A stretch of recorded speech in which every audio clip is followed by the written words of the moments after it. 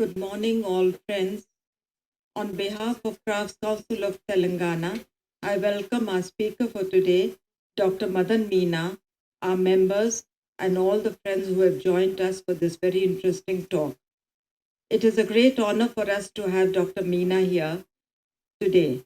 He will give us an insight about the artistic legacy of the Meena women.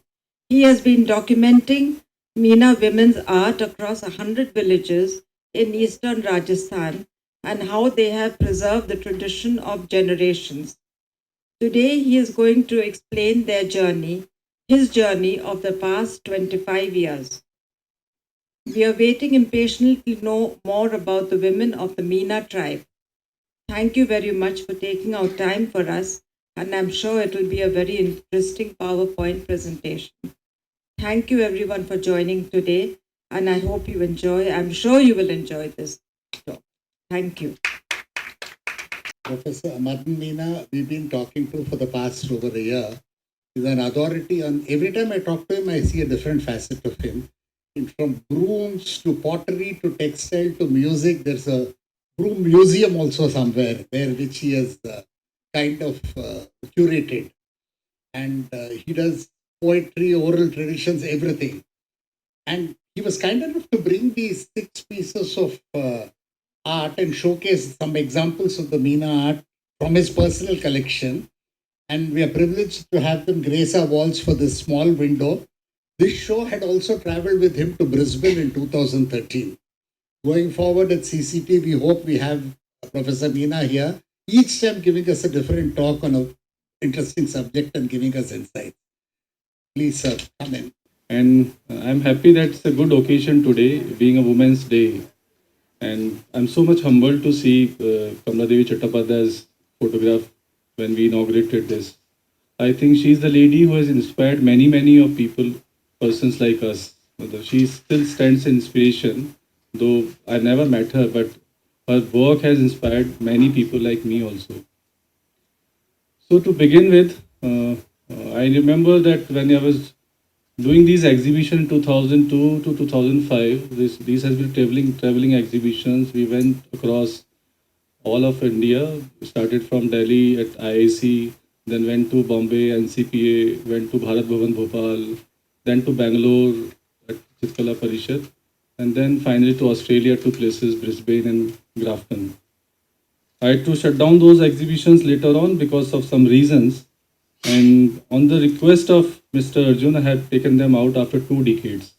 For 2 decades, they have never seen a light.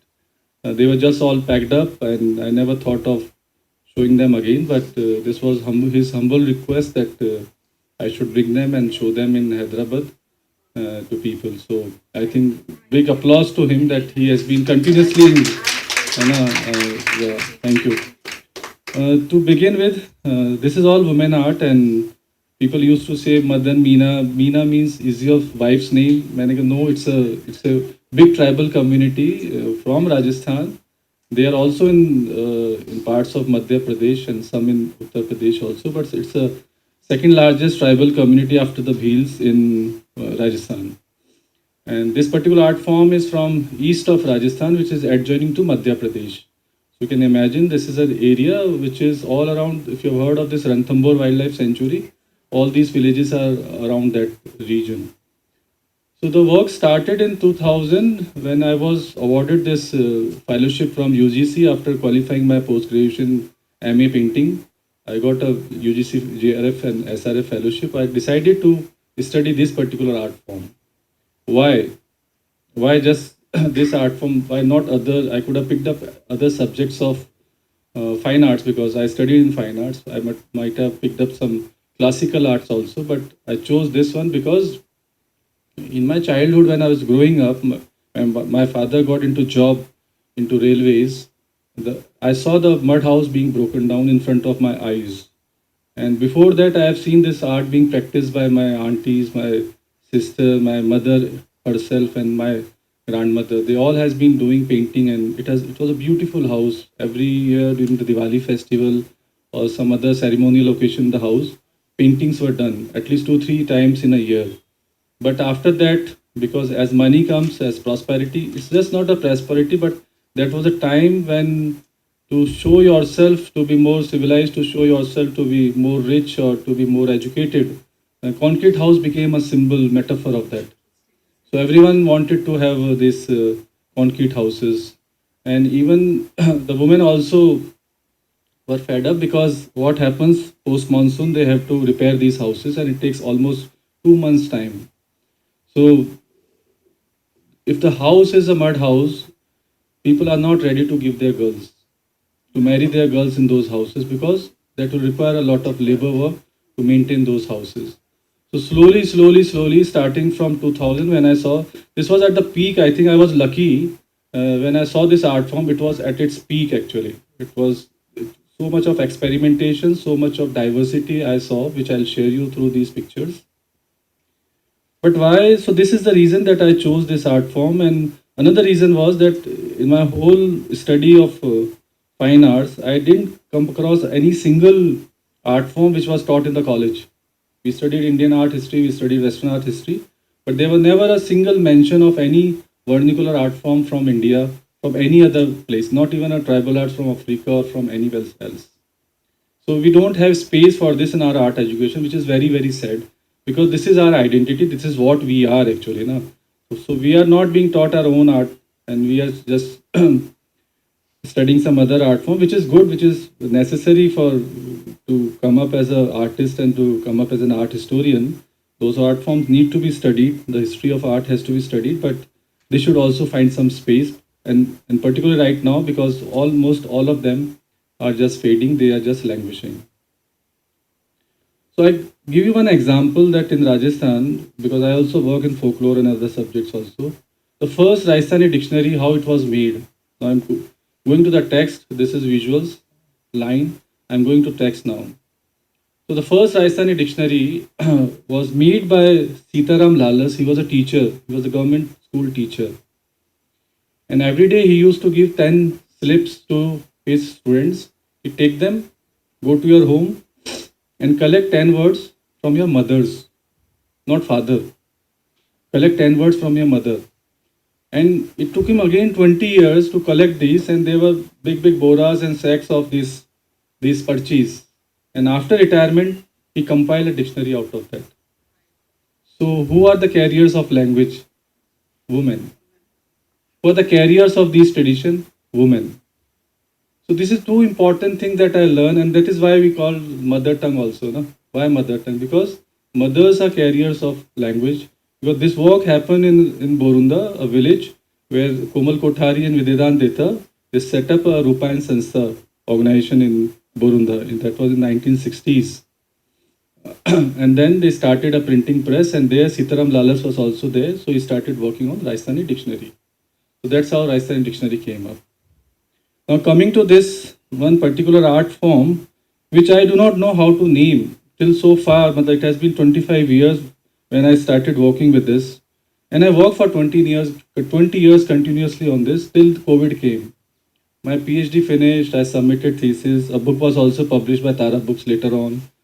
But then I continued to study this because I knew that it is just going away, going away, going away. So I wanted to document as much as possible. So every year during the Diwali festival for 10 to 15 days, I used to go around the villages and document this and see the changes which were happening and see the women who are painting all this. So we started all the photography from the color negative 35 films, and later on the digital camera came up, and so this collection is almost more than lakh photographs now, all documented, all well preserved now. So yeah. So now how to name this art form has been a challenge. Like we have almost all art forms like Madhubani, Varli, Sora paintings and like that. We have all named, but I couldn't come across a name. Even I asked these women also. No one was able to give it any name. And I found different ways of expressing this art form. So for example, this people call Marnana, which is okay. Marnana, which is okay. Marwadi word. Na? So Marnana is okay. It's the word which is used in Madhya Pradesh also, used in Uttar Pradesh also. So floor drawings basically. When you do on floor, you call it Marnana. So it's in Marwadi also. It's called Marnana, and people in all of West Rajasthan also they do Marnana. So that's one word we see. Now, others say ki mordi mandna. Now, mandna over here becomes a verb, not a noun. Mordi man, to draw mordi. To draw mordi means to draw peacock. Peacock is something which is the most important subject for these women. So over here also you will see that though they are other subject, but peacock has been inserted in them somewhere, some at some places. So mordi mandna, then okay, that's fine. Then someone would say mordia, nothing else, not mordi mandna. Mordia means peacocks. What you have done? We have done mordia, peacocks. So you can see those peacocks there in that house. Then some would say jinavar mandna, janvar mandna, to draw janvar. So again, mandna is a verb, not a noun again. So jinavar mandna. So you can see this.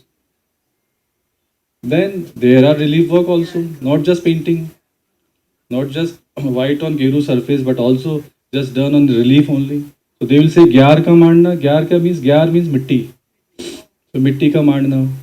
So like that they would say. Then some say Meena paintings, like the outsiders who relate that it is being done by the Meena women, Meena community. But I see that the other communities living with the Meenas, they also paint. Their works are not as good as the Meenas are doing, but suppose a Gujar is living in the vicinity for Kuma. If there is a potter's village, the potter will also do in his house, like that. So people say Meena paintings, okay, that is fine. Okay, so I have never been able to name this art form. After coming across so many different terminologies regarding the identification of this art form, I was never able. So I just call Meena art or Meena woman art. Just that's a term I generally refer to. Now, which is the reason? This is the region. Geography, you can say Rajasthan, east of Rajasthan. But in east of Rajasthan, if you just go down to that area, which you see here, this is Ranthambore Sanctuary. Kota is here. Bundi is this. Kota is here. This is Savai Madhopur. This is Dosa Tong. That region. Yes. So this is the region, and over there, this river Chambal divides Rajasthan and Madhya Pradesh almost for 100 kilometers. So this side and that side of the Chambal is this region. But majorly it is Rajasthan, districts of Savai Madhopur and Tonk. These are two major areas, and little bit you'll see in Karoli, Dasa, Kota, Bundi, that area also. And but it has various ethno terms also, cultural name also of that region. So for example, Nagar Chal is famous. The region falls between Tonk and Savai Madhopur. So Nagar Chal area, those villages are known for doing the best works as according to the women. So this is Century. This is the river where Banas and Chambal join together on the borders of Rajasthan and Madhya Pradesh. And the women, I call them the happy Meena women, because these expressions could only be out of your happiness. You're the kind of creature that you'll see. Some of the forms are just laughing. You can see those. This can only happen when you are happy from inside. So I call them the happy Meena women. And this is one video of a marriage. You can see. You can from this also you'll be able to understand.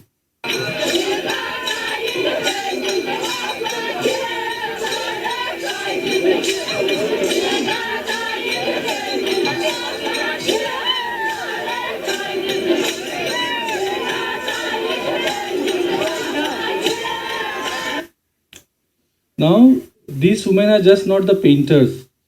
They have various functions in the society. They are involved because the community is an agriculture community. It's a tribal community, but their main economy is from agriculture. The land is fertile. You have seen the rivers there. All household work, from cooking food, from fetching water to doing stitching, and then to repairing your houses during the festival, then to paint them, decorate them, doing such challenging work also. You can see this woman, she's just standing on a ladder, and in one hand she's holding a color, and in the other hand that you see, she's painting. So this is quite a challenging thing, and you can see this. This is what happens when they work during the Diwali festival.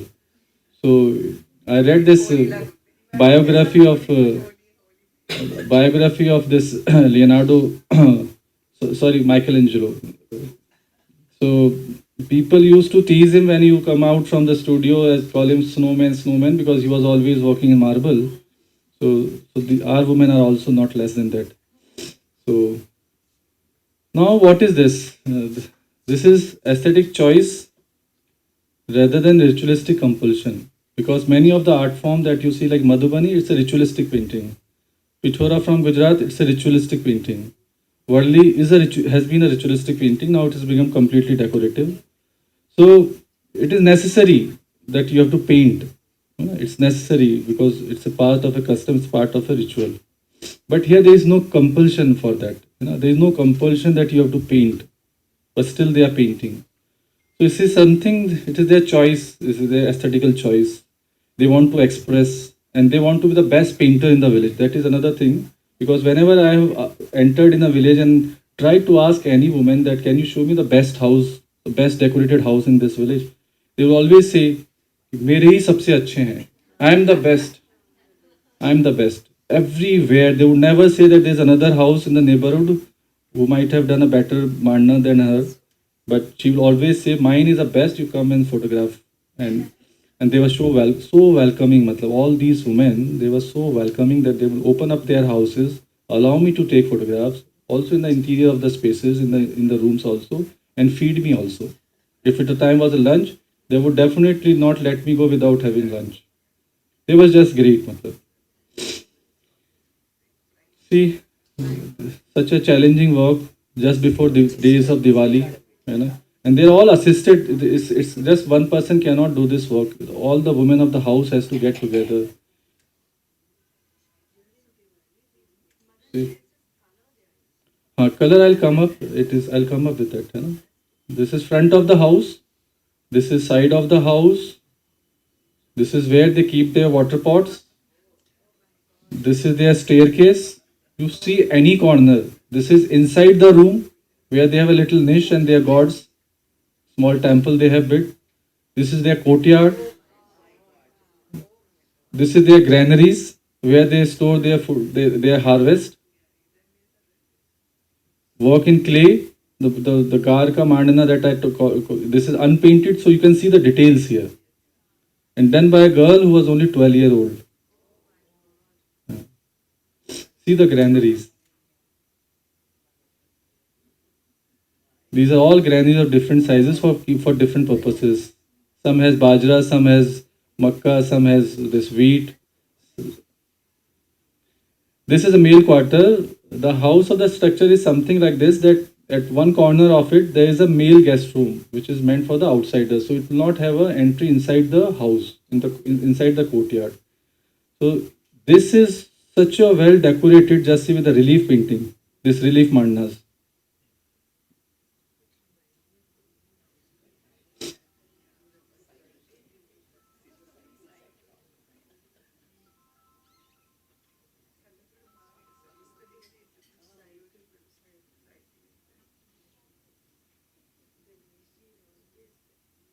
So we have a saying कि घर की जो संस्कृति है वो घर की भीत बता देती है. भीत यानी कि दीवार, जो वॉल है, the front wall of the house will tell the talent the women in the house has. So when you have to have these matrimonial relations, if the outsiders go, they will just judge by the wall. Just the wall will tell the kind of a girl they are going to marry. This is really truth. Not, मैं मजाक नहीं कर रहा हूँ आपको, ये सच है कि घर की भीत बता देती है कि घर की लड़की में कितने संस्कार होंगे.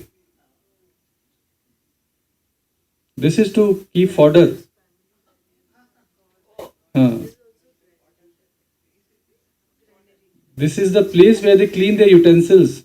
We have scarcity of water. The utensils are cleaned by ash. It's not cleaned by water in your wash basins. अगर आप राजस्थान में गए हैं where there is scarcity of water and the cleaning with the ash is so fine that the utensils just shine. And it is also on the camels. So they have used a hair dye and painted the camels. It is there on their body parts also as tattoo. Those Mordi peacocks are also there in tattoo. It is also there on their logdis, odnis.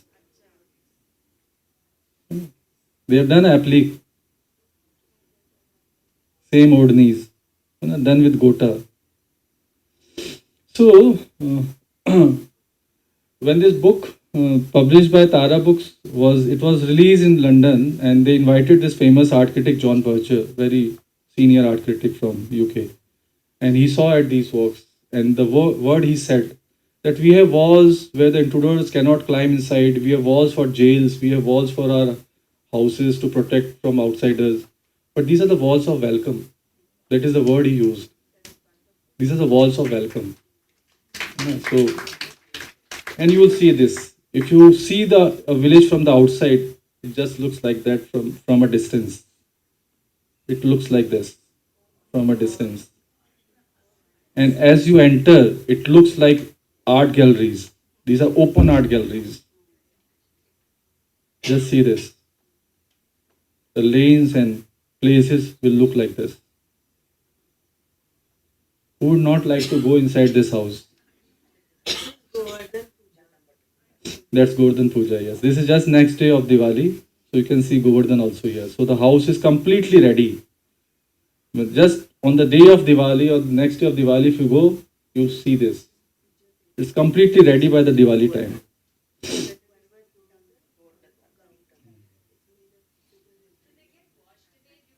Yes, so that is why I said that 2 months they take after the monsoon.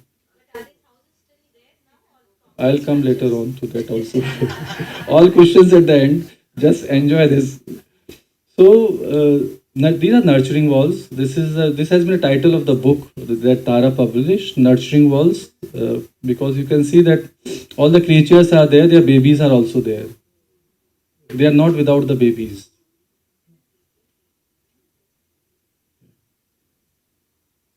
See this. See this pair of tigress. Now, yeah. Now there are subjects which the woman has might not have seen really in their life, but still they are painting. Like Ranthambore Wildlife Sanctuary is there, but the ticket is like 500 rupees. These women will never go and see the sanctuary. They might have never seen a tiger in their life. But from this imagination, from memories, and from the past, what they have learned from their mothers, they still continue to paint those forms, but not exactly the same. Every form is changing. Every woman has her own style, own line, her own form. She will not like to copy others. That is something I studied. So I'll show you those examples also later on. So their imaginations, the drawings from their imaginations, like for example this. I've not seen elephant in this region. Never seen in being in 20, 25 years now, but never saw elephant, but still they are doing these elephants. You can see elephant done there also in that painting at the back. These horse riders, and there are few images of god and goddesses also that they paint. So here you can see the Ganesha on the top wall. This is the main wall of the house, which is called Chanda wall, and it has best of the painting that they do on this wall. Ganesha here, but you can see that there is no hierarchy. Matlab the animal and the god, they are all on equal level. It's not that the god has been put separately in a different space and then the animal, the Ganesha has been put under this bullock. Okay, now this is a ritual painting. This is again done by the Meena women only, and this is Bindayak. Bindayak means Vinayak. Vinayak means Ganesha, and that is done on the marriages. So this is the only ritual painting, but the other painting that I am showing you, they are not ritual paintings.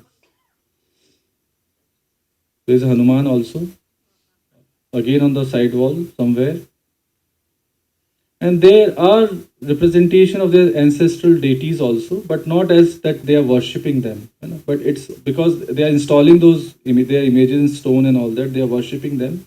So the imagination from that also comes to the wall. Then there are ghostly images also. and done by the children, not the women.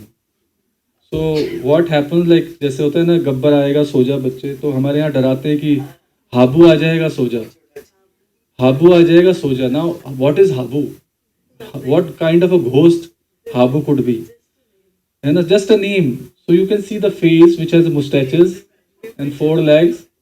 So the child has imagined habu like that. And this is a back wall. They are never allowed to paint on the front.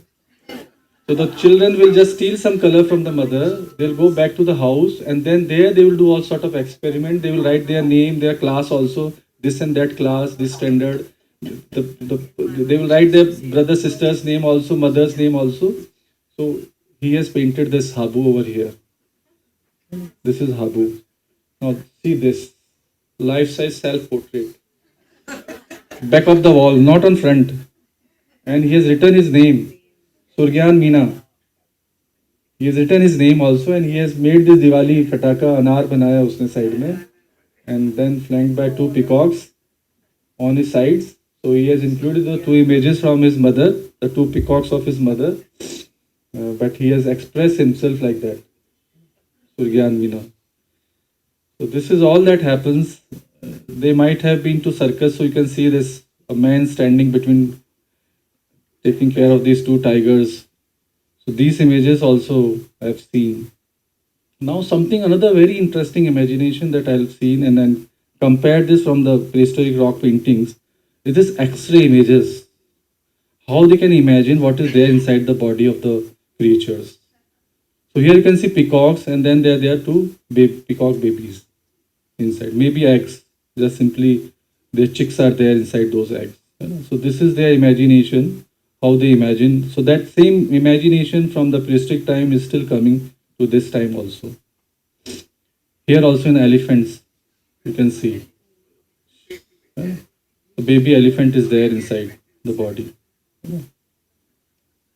The birds, grains are there inside the body. Now, there are multi-dimensionality also. You can see the frontal face and side face also. Now, these are very complex forms. Everyone cannot imagine such forms. Like Picasso tried this, who is known for multi-dimensional paintings. But over here, you'll see there is a frontal face and there is a side face also. Like this. And then there are contemporary expressions. Not that they are just doing what they have learned from their mothers, but they are adding the new influences also. So if a head pump has been introduced in the village, then head pump is there. Cycle is also there. There's a camel cart also there, like that. There might be a bus or a train also. And then when mobile came, then mobile also found a space. Calling on a phone and then gifting a rose flower also. You can understand. And then she has put a date, and so she's an educated girl. Archana, she has written her name. And this is how she has put it. So, footwear is there, high heel sandals are there. Yeah. Now, material, you were talking about what material it is. Very simple, it's all clay. The bricks are made sun-dried. They are made near the pond generally, where the water is there. So they just take some binding material. Binding material is just a waste from the crop harvest. So that they will carry, they will mix it, and then make the bricks, let them dry, bring them, and then construct the house. This is the material used for color. So you can see peeli mitti, lal mitti, kali mitti, safed khadiya, and lal geru. So different sorts of clay you can find in the region. Like in a village itself, you can see 2 to 3 kinds of clay in the different periphery of the village. But white and geru color is brought by the nomadic communities, like the Kalbelias or the Banjaras. They will come and then they will sell it in exchange of the food grain. So they barter. These are the brushes, and this is how the color is powdered. So even they use charcoal also to get a darker tone of geru color, red color. They mix charcoal in it. And brushes are made from date palm leaf, stick. So different thickness of brush you can see here. From very fine brush to the very thick brush, and then the larger brushes are made with grass. So this is what happens with the monsoon, all the walls get damaged, they get withered, so they have to be plastered after the monsoon, and then the paintings are done. So this is a small video just to show you that this woman who is doing this work, she is pregnant. She cannot stand for a long and she cannot paint, but she is a master painter. But her hand is so perfect. So what she will do, she will just do the drawing. Otherwise, these drawings are never done. The layouts are never done. They just directly paint with the brush. So over here, she's just doing with the same chalk, dry chalk. She's doing a drawing, and you will just see that drawing, the spontaneity of this drawing.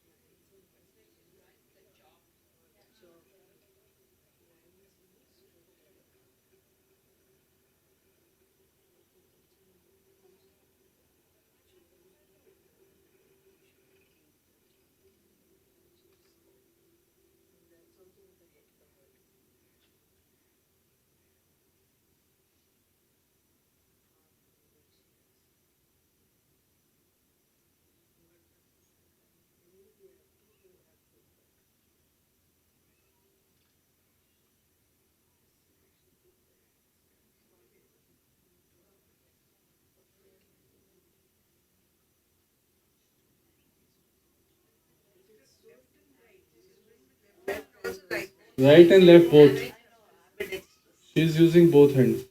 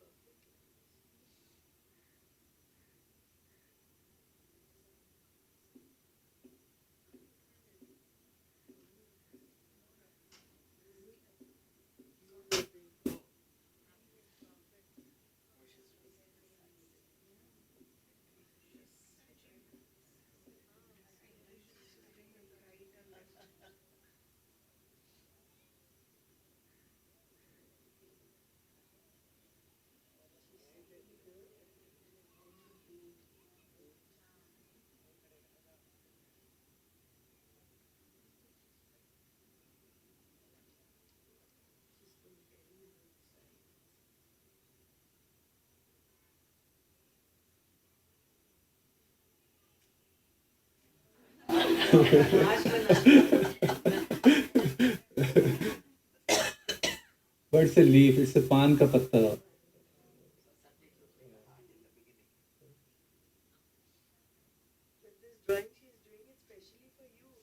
No, no, no, not for me. You can see this a whole blank wall. She has just come and she was pregnant, so she couldn't stand long. So she was doing, and then a bhabi, some nanad will come and complete it. But I was there, so I just did a video. किसी के- So, so you can see there is no layout. This woman is just doing directly with the brush. And this is a different painting, not the same woman. It's a different place. But this, she's just directly using the brush and color. No layout. And see these. This is a small video you can see. It's amazing. The woman on the left, she's just plastering it. She's smearing the surface and they are preparing this because this has to be done while the surface is still damp. So the color gets fixed. Otherwise, what you know, it will just rub off. If you do it on a dry surface, it will just rub off. You know, it will not stay because you are moving over it. So it has to be done on a very freshly plastered surface.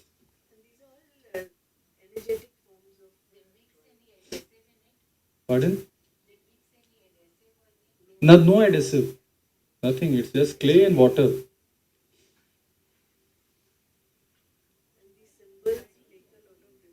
Symbols has all name. All these the mana you can call them. They all have a name. So this is a bijani. Bijani means the hand fan. So this is bijani.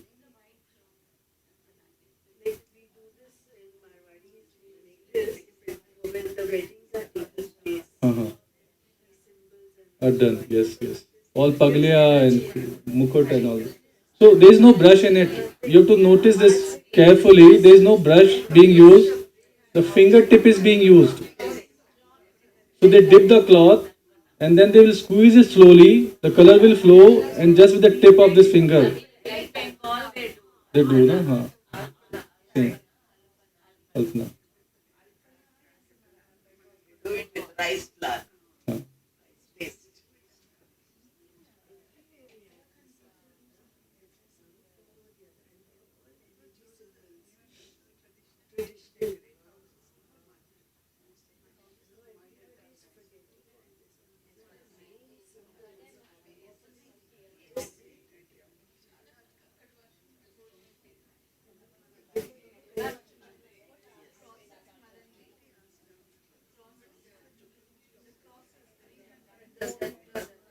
What? Cross in the center. So the design is Bijani. It's called Bijani. Okay, now coming to this. Now this very popular saying, and then because I started working on this art form, and later on I got into folklore, then into languages. So now I work with Basha Research and Publication Center, and we did this volume of language from Rajasthan, published 30 languages from Rajasthan. So while studying those languages later on, I analyzed these works on the basis of the linguistic diversity in this region. The region is not big; these are 3 to 4 districts, but within that, those 3 to 4 districts, there are different cultural zones, and then they will have different. What you call dialects, we call them languages. So they will have different languages. So I analyzed these painting on the basis of this linguistic diversity, and it fought perfectly well because language defines a different cultural region. And if it's a different culture region, then definitely the art form, the practice, everything also varies. So I categorize the region that I showed you initially in the map. I categorize that into these different categories. Means these are different linguistic regions in that area. And they have a different style, they have a different form of this painting style.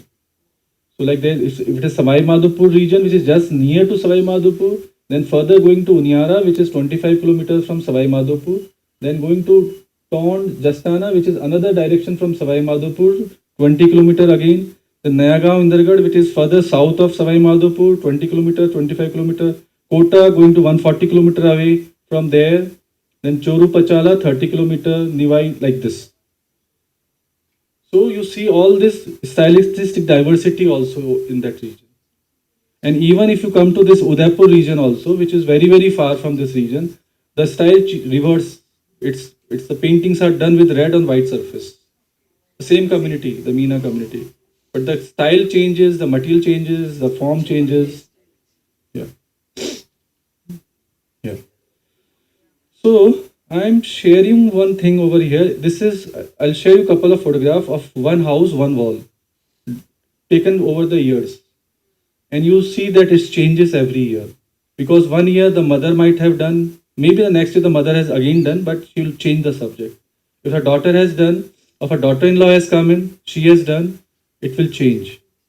So this is 2002, the first photograph of this house.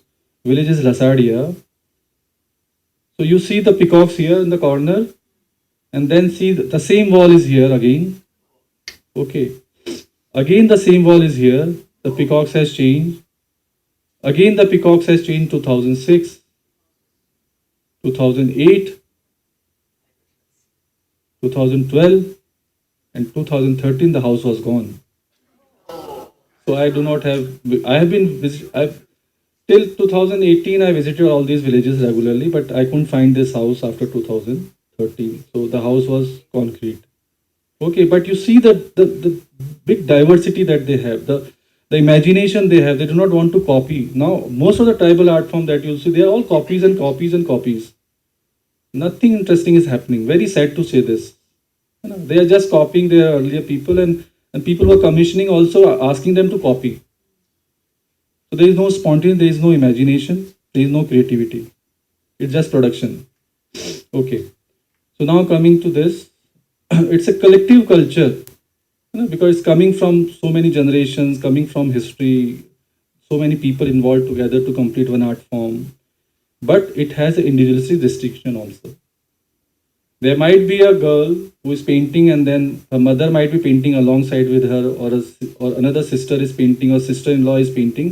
But again, there will be some variation, some diversity in it. So over here, the mother is instructing her daughter what to paint. She's not painting. Her hands might still be shaky. So she's not trying, she's not attempting, but she's supervising the work. And she'll give instructions to the daughter ki how it has to be painted. Over here, sister and sister-in-law, है ना, भाभी और उसकी ये देवरानी, है ना, they are painting. So one is doing one peacock, another is doing another peacock, but her peacock will be little different. It will not be just a carbon copy of what the sister-in-law is painting over there. This is how the learning happens. The daughter learns from their mother. They will, from repairing the house to filling up the forms, like over here, the major form has been done by mother, and the girl is simply filling up the inner spaces. So this is how the learning takes place. You know, so there is a stylistic difference. See this. Okay. Now forms and lines are signature identities. So every form has a signature of a woman. Like from these paintings, like you might they might look similar, but this painting, this particular one, this has been painted by this Prem from village Lasadia. At the back, that painting is different. That has been done by Kali from a village called Banota. And then this another image by another woman, that is another, and this is again by Prem from Lasadia. So just by looking at the line and the form and treatment, you can identify which woman has painted this. So they are signature identities. You can see these lines, like for example, so this was a woman whose name was Samudra. I used to go and photograph her work every year. So this, you see the line over here and you see a line here. In both these, you will find a difference, you know, because how the texture in the subject is filled up. Over here, it has been painted then scratched. Another kind of a treatment, another kind of a form. It's peacock, but you can see the diversity in the peacock itself. See this peacock. See this peacock with a long tail, just like a snake coil,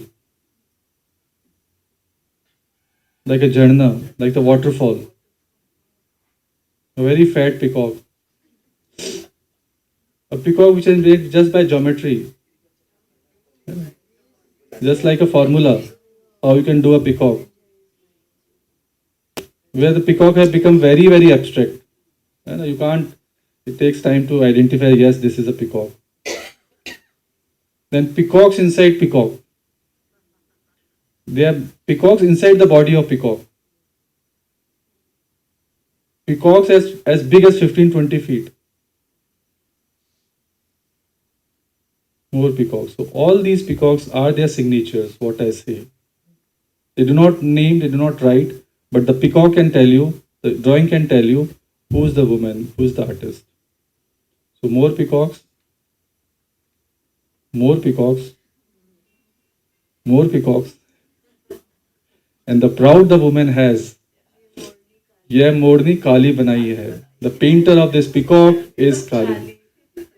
Thank you. This is the pride they have.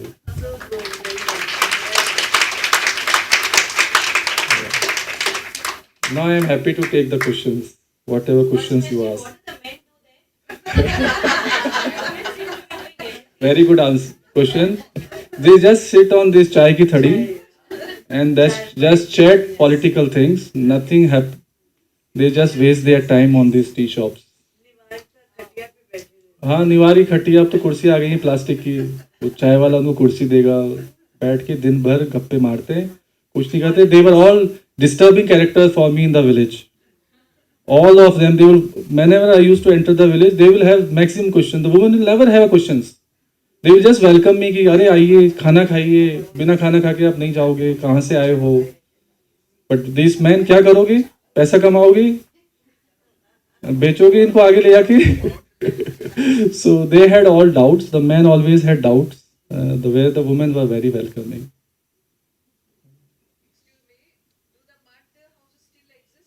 All gone. So after 2017-18, I stopped going to these villages because I saw 90% houses has become concrete. some of the mud houses that remained were only cattle sheds. The cattle sheds still were of this clay, but it's gone. So the art is actually gone. I tried a lot that whether they could do it on concrete walls. It's a well-to-do community. It's a rich community. Ag- Agriculture is both participation, men and women, because the tractor has to be driven by a man, and all other labor work the women will do. And like I showed you picture in they are bringing this chara for the animals, grass for the cattle. So that is all work done by the women. Men will only plow, use, put manure and all this with the machines. No, I've not seen it in a single concrete house where they ever tried to do it, because later on what happened with the educated society that came up, even the girls and the boys all started going to school, and so for them it became a symbol of backwardness. So no one wanted to do it on a concrete wall.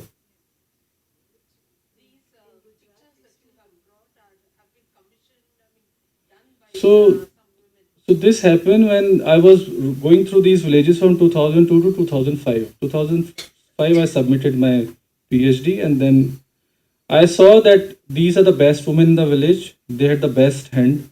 So I wanted to preserve their work, because all these concrete houses are coming up. All these women has concrete houses now. You go to any of these women, it is all. So I thought, why not to preserve this? And also, just soon after finishing my research, I wanted to share it with the people. I want to take it as a traveling exhibition. So that's how I decided from 2002 only onward. When I was researching that time only, I started this exhibition. So to share with people, actually the purpose for this. Second was to preserve them for the future. I knew that they will go off one day, and if the future generation sometime want to know what existed, then these paintings will be helpful for them. So these are preserved for the next generation. They will sometime wanted to like to discover their identities. That time these will be very helpful.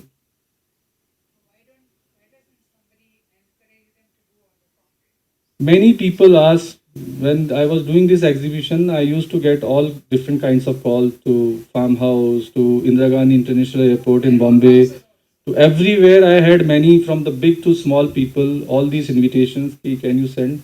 But these women were never ready to go out of their villages. That's the main reason. On their own houses they can do. Matlab, someone has to go and get it done. Matlab, my idea was not to commercialize. My idea was only to limit myself to research, because my interest was research. I do not want to get into this. This is another sphere actually. It's a entirely different kind of a subject. Whatever it is, but I limited myself to, there are other things also, matlab, which could be commercialized, but I have remained to my research area only, and documenting in a research area, because you have to look out for the market, you have to take them out. There's a lot of things that is required, which I could not manage.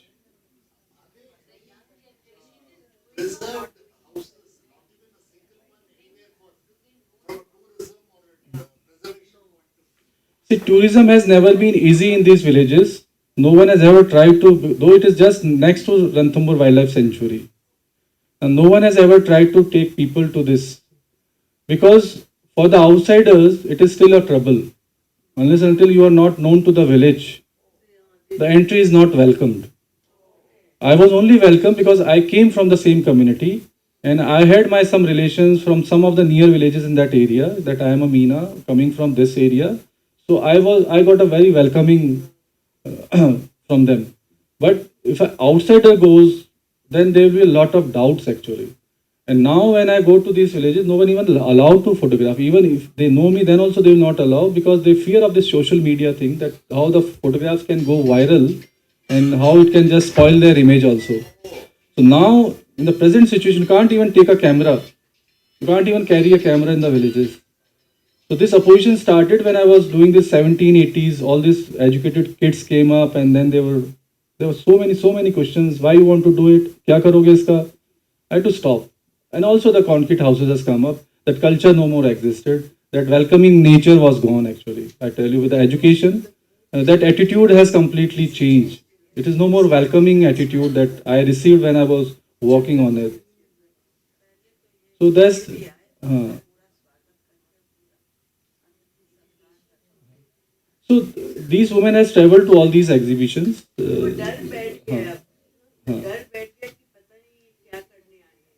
वो डर हो गया है और social media का तो इतना डर है अभी कि हमारी लड़की की फोटो खिंच जाएगी, हमारी वाइफ की फोटो खिंच जाएगी, क्या होगा, तो no one allow you to take any photograph now.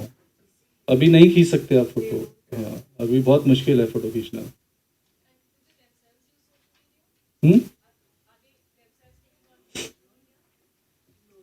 Mostly the men. I have not seen many women who are on social media. Women are still not there on social media. Like, and whoever, if they are on social media, they not post much.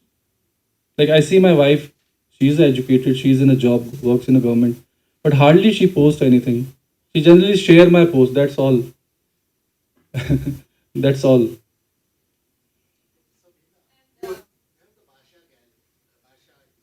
Uh-huh.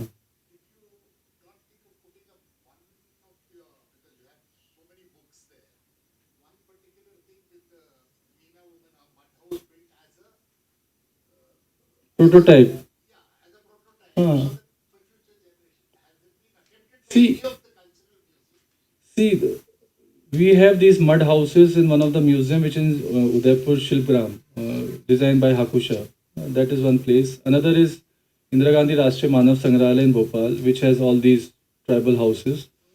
But I never saw in any of the museums. That was the reason I took up this subject as my research, because I didn't see all these different museums. Which the museum in Udaipur belongs to the West Zone Culture Center. That in Bhopal belongs to the central government. But none of these museums has any representation of this art form. So that the reason that I started working on this subject.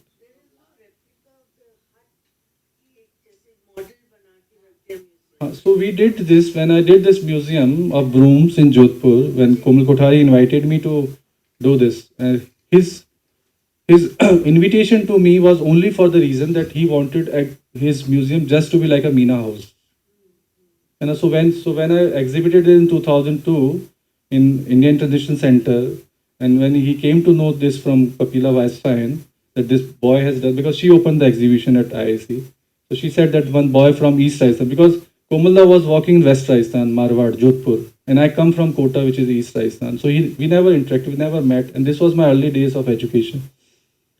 So he invited me, can you come and design my museum just like a Meena house? So I did various layouts of these houses, took all the measurements, went to Jodhpur again, met his architect, and then that museum was designed. And initially, it was all painted by these women. So when the opening happened, the museum was completely painted by these women.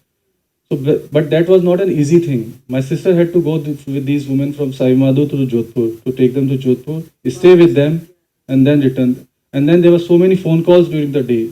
So it was not an easy thing to take these women out. But they did it for me actually. But after me, they will not do for anyone else.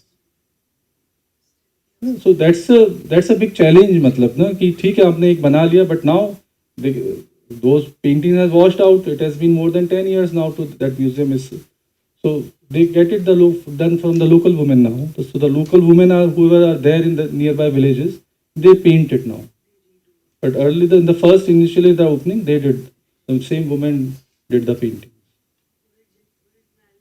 So you have to always look for the local art which are practiced. That is more easy to work, but not something which could be transported from somewhere else and could be. This is in Jodhpur, just outside Jodhpur. There's a place called Anna Jharna. There is a museum, Anna Jharna Desert Museum of Rajasthan. So that has a collection of brooms. It has a collection of Katputli, the string puppetry, and then it has a pottery also. 2-3 collections it has. Yes. That Katputli is no more right there. Those 52 different characters of Katputli, they are nowhere there. They just play 4-5 characters, and then that Amar Singh Rathod ki katha, it is no more practiced by any of the puppeteers. They do not even know the story, what Amar Singh Rathod ki katha is. So they just do a show for 5-10 minutes, play some anarkali kind of characters to entertain, and that's all. Foreigners के लिए सिर्फ एक अनारकली नचाएंगे, एक जादूगर नचाएंगे, एक सपेरा नचाएंगे, बस इतना ही है उनका ना. बहरूपिया एक करते हैं और एक वो गेंद वाला है कैरेक्टर, वो juggler, बाकी इससे ज़्यादा उनको भी नहीं आता. That is gone. But we got the whole collection done by this puppeteer called Kherati, and that collection, we have two collections in Rupan in Jodhpur. We got those made and we documented the whole performance also. But now the young generation, hardly anyone knows that. Hmm.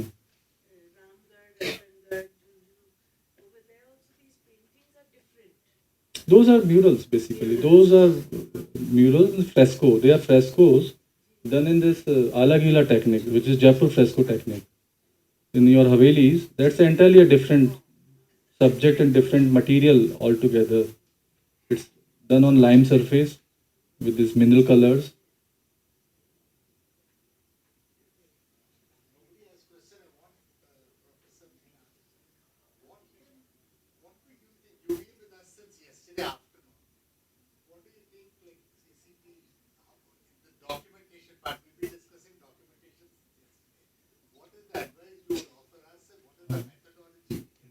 So, yeah. So this is a discussion that happened yesterday. This is, I think, important for everyone across all the craft councils in India, all the academic institutions in India.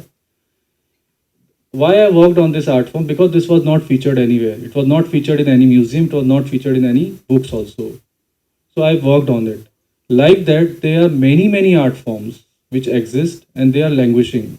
Some might have already died also. You might not even get to see its traces also.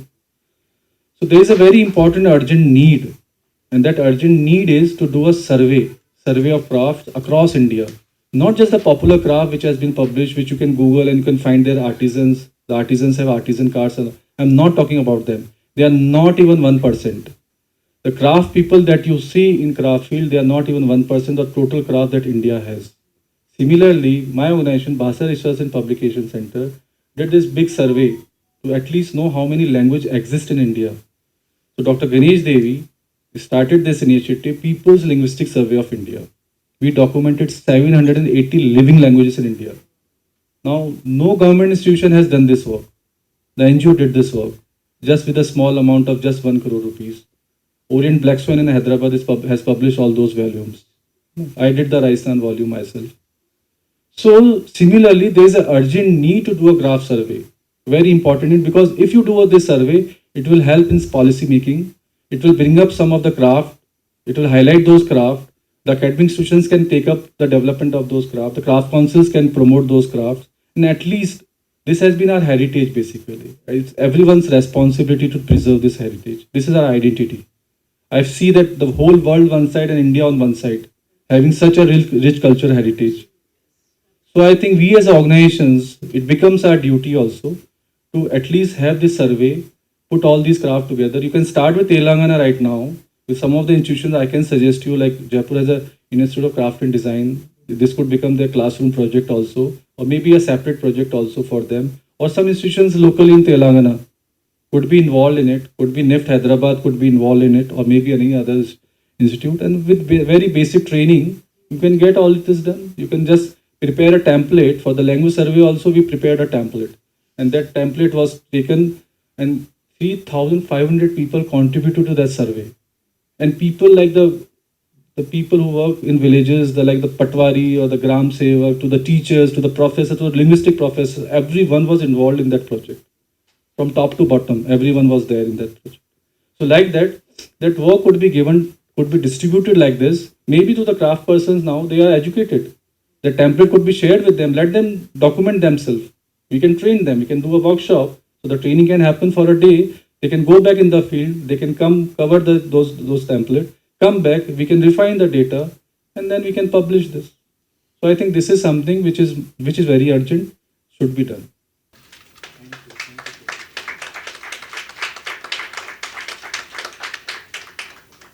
Good afternoon and good morning to all the people here today. It gives me great pleasure to give a big thank you firstly to all you dear members, guests, invitees for being here this morning. Today is Women's Day. Why only one day? In my view, every day is Women's Day. Without a woman in one's life, life is incomplete. Whether she is a mother, grandmother, daughter, sister, etc. The list is endless. We have amongst us the female artisans who have long been a quiet yet powerful force in India's artisanal heritage. Thank you, dear ladies, for coming. Heartfelt gratitude to Mr. Madan Meena for sharing his research and experience working with the rural, nomadic, and Adivasi communities of Rajasthan. Thank you, sir. It brought a lot of memories for me because I come from Rajasthan and my mother, my father, they were married there in 1935, I think. So a lot of memories and stories they keep telling, but now they are no more here. Your 25 years of documenting Meena women's art across 100 villages in eastern Rajasthan is unbelievable. We need to learn from you the amount of rich culture and traditions of our vast country, and this is what, sir, you are doing and very kindly sharing with us. Thank you. Thank you to our CCT members for being here. Thank you to our staff who always work tirelessly for all events happening in CCT. Request you all to please meet all the women craftsmen taking part in our craft bazaar, Angadi, happening in Kamla Hall down in the ground floor. This bazaar is organized only with women craftspeople. We thought of having only, but I think one or two men have come. Because one of the ladies was expecting, So that's why her husband has come. And we have, I think, 2 or 3 craftspeople who are Padma Shri awardees.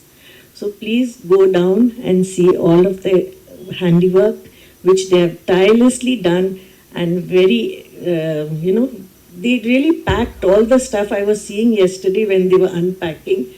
Very, very meticulously they are unpacking the paper and the sheets and everything and displaying everything so nicely. And a big thank you to all of you all. Thank you so much. And I hope CCT will get more visitors, more people to come and share their views and come and enjoy the talks which we tirelessly try to organize. Thank you all once again. Thank you. And a big Jai Hind to our country. I always say Jai Hind.